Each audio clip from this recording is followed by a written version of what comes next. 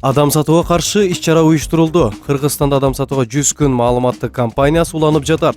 Бул кампания алкагында Баткен шарын борбордук аянтында атайын иш-чара уюштурулду. Бул тууралуу бүгүн өкмөттүн Баткен облусундагы ыйгарым укуктуу өкүлчүлүгүнүн Баткен облустук жаштар иштери, дене тарбия жана спорт башкармалыгы, Бириккен Улуттар уюмунун долбоорунун өкүлдөрү, жаштар жана массалык маалымат каражаттарынын өкүлдөрү биргеликте өткөрүп жатат.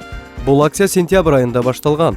Компания өкмөттүн, мамлекеттик органдардын жана жарандык коомдун адамдарды сатууга каршы күрөшүүсүнүн аракеттерин бириктирген 2017-2020 жылдарга карата адамдарды сатууга каршы күрөшүү программасынын ишке ашыруунун ажырагыс бөлүгү болуп эсептелет.